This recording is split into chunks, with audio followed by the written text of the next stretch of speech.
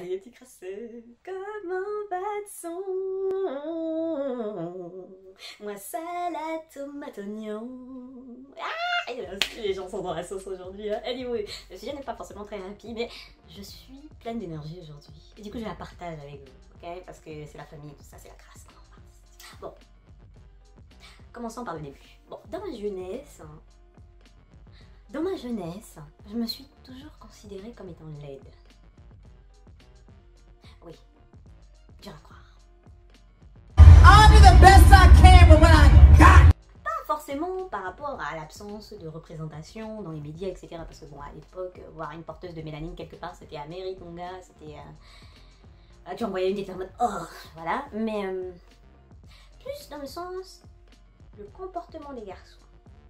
Okay. Parce que très vite, tu vois, tu es dans l'observation. Tu vois le comportement des garçons avec les filles qui sont choupinettes et le comportement des garçons avec toi. Et très vite, tu comprends que A plus B, tu vois la fille, tu sais qu'elle est choupinette. Toi-même, avec tes yeux, tu te dis oui, tout à fait. C'est un beau produit. Et tu prends conscience que du coup, tu n'es pas au même niveau que le produit qui est un bon produit. Donc, tu n'es pas un bon produit. Et donc, dans ma tête, du coup, étant donné que je n'étais pas au même niveau que Tanti, je me suis dit, mais moi... je suis très bas, vraiment très très bas dans la hiérarchie parce que vraiment l'absence d'intérêt était totale. Tu vois, il n'y avait aucune réaction, genre si je décidais demain que j'étais un garçon, on me dirait oui, tu vois, c'était, pour moi c'était, voilà, j'étais à un niveau de laideur très avancé. Puis, j'ai passé le statut de geek, c'est-à-dire j'ai glissé dans les différentes sauces qui m'ont permis d'atteindre le statut de geek officiel, et donc là j'ai glissé automatiquement dans le statut de pote, ok, donc vraiment... les gars avec qui on va avoir des conversations, donc forcément ce n'est pas une fille. Voilà, cherchez pas la logique, hein. Garçon, si t'es une nana et que tu peux avoir une conversation avec toi, tu n'es pas une fille. Voilà. À l'époque en tout cas, c'était un peu la logique locale. Faut pas trop demander. Sachant qu'en plus, le make-up, bon déjà maintenant je fais même de temps en temps des petits efforts, je mets du fard à paupières, petit, voilà, lipstick, voilà, on essaye de faire un effort, petit vernis, les doigts sont entretenus, on coupe les ongles et tout, mais à l'époque, strict minimum syndical, hein, le make-up, voilà, je me lave tous les jours, je m'épile, c'est déjà bien, foutez-moi la paix, ok? Vraiment, pour moi, mon petit côté coquette, c'était les coiffures, je faisais l'effort pour les coiffures, par contre mes cheveux, je faisais attention, mais pour le reste, et là, nos amis paparazzi entrent dans un rôle essentiel dans l'évolution de ce dossier. Parce que oui, nous avons commencé à avoir des photos de stars sans make-up. Et j'ai commencé à voir que les stars que j'appréciais et que je regardais, mais comme des représentations de divinités féminines, sans make-up, elles descendaient de beaucoup d'étages. En fait, elles se retrouvaient même quasiment aux mêmes étages que moi. C'est-à-dire, l'aspect global était normal, quoi. Il y avait, les choses étaient bien placées, les yeux, le nez, la bouche, mais... la peau, c'était un chantier, il y avait des cratères, enfin, il se passait des choses, tu vois, que je n'avais pas forcément. Donc du coup, je prenais conscience que...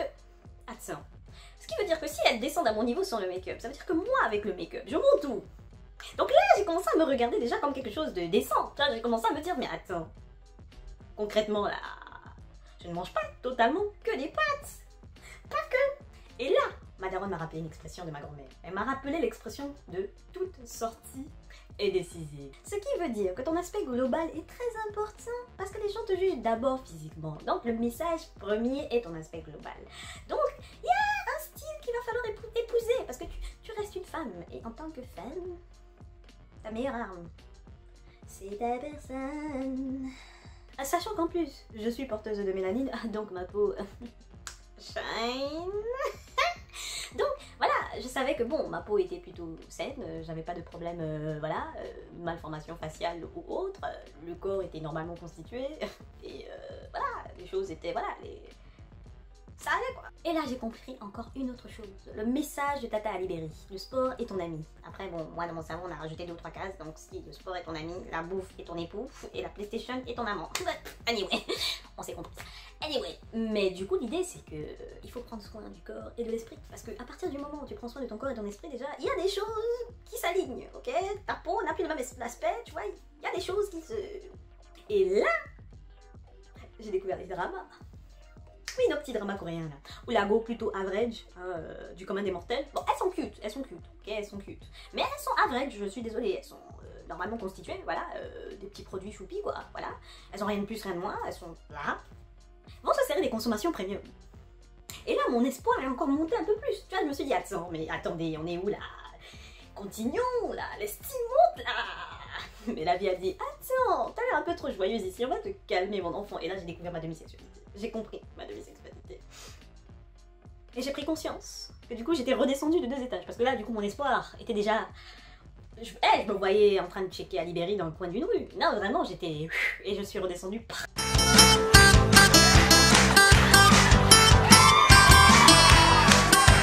C'était violent. Et là, j'ai vu la relation Harley Quinn Joker. Je me suis dit, attends, si un mec comme Joker a réussi à se serrer une consommation...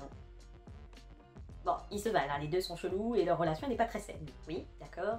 Mais bon, ça leur correspond parce que aucun des deux n'est sain d'esprit de base, ok? Voilà, mettons ça là d'abord. Mais je me dis, si 2 personnes avec cet état d'esprit ont réussi quand même à se serrer des choses concrètes, pourquoi pas moi?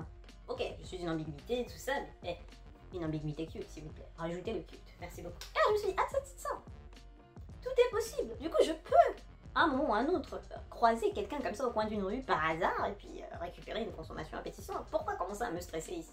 Et là, j'ai découvert Tantine Angela Bassett.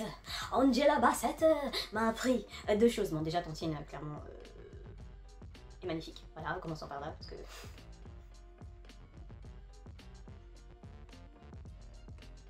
Bref, Tantine Angela Bassett est magnifique, mais elle a un charisme. Tantine ne se débat pas.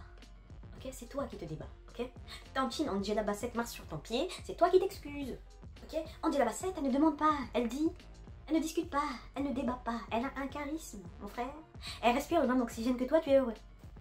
Je suis désolée, Angela Bassett, Angela Bassett, Angela Bassett. Je suis désolée, voilà. Voilà. Et moi, à partir de là, je me suis dit, mais en fait, mon vrai problème, c'est que je me suis toujours regardée comme une vendeuse d'épices. Je ne l'ai jamais été, mais je me suis toujours regardée comme une vendeuse d'épices. Tu vois, l'utilité de regarder des films, des séries, tout ça, là, tu vois, ça travaille sur le psychologiquement, tu vois, et ça fait un nettoyage naturellement, tu vois, bah... Tantine Angela Bassett, là, que ce soit dans ses films et dans ses séries, elle ne prend jamais des rôles dégueulasses. Tu vois ce que je veux dire? Tantine a travaillé, tu vois, elle a travaillé en interne de ma personne, tu vois, bah, c'est l'essentiel. Faut bien choisir ses films, choisissez bien vos films. Voilà, là, je fais très attention. D'ailleurs, je viens de me faire avoir, là, je regardais les let's play, c'est pas un film, mais je regardais les let's play de... Comment ça s'appelle? Little Nightmare. Ah bah je regrette, hein. J'ai vu la fin, je regrette. Hein. Vraiment, clairement, c'est une escroquerie. Encore une fois, là, Six, I'm judging you. Mono, I see you. Anyway, moi j'ai pas spoilé, de toute façon, vous pouvez pas m'insulter. Bref, j'attends avec impatience vos commentaires. Et puis dites-moi, vous, si vous avez regardé le let's play de Little Nightmare 2, ou si vous y avez joué, parce que je n'y jouerai pas. Voilà, et j'aimerais savoir ce que vous en avez pensé. Ça fait quand même... un moment qu'il est sorti. Donc, que la force vous accompagne, on est ensemble par le lien capillaire. Que la crasse vous accompagne.